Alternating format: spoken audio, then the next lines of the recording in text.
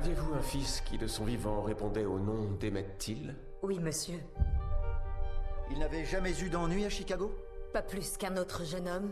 Emmett avait 14 ans, adolescent tranquille. Il vivait alors avec sa maman. Elle est veuve, elle travaille à l'US Air Force à Chicago. C'est d'ailleurs la seule femme noire dans son service.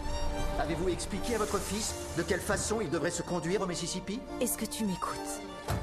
Ils ont des règles différentes là-bas. Fais-toi tout petit le temps que tu y seras. Emmett, un soir d'août 1955, va disparaître après être parti avec ses cousins dans l'état du Mississippi. Emmett est accusé d'avoir sifflé une femme blanche. Il sera lynché. C'est bien ce garçon-là? Le corps d'Emmett Louis Till vient d'être retrouvé mort. Sa mère va alors prendre la décision de montrer le corps, le visage de son fils déformé par les coups, la violence aveugle.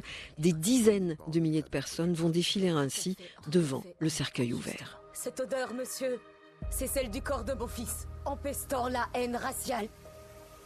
Suivez-moi, je vous prie.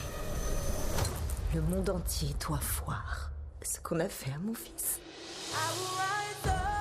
Les photos, elles ont... Elle va parler aux journalistes, demander la publication des photos du corps supplicié de son fils, alors que les deux suspects, jugés très vite, sont acquittés très vite aussi, au bout d'une heure au tribunal.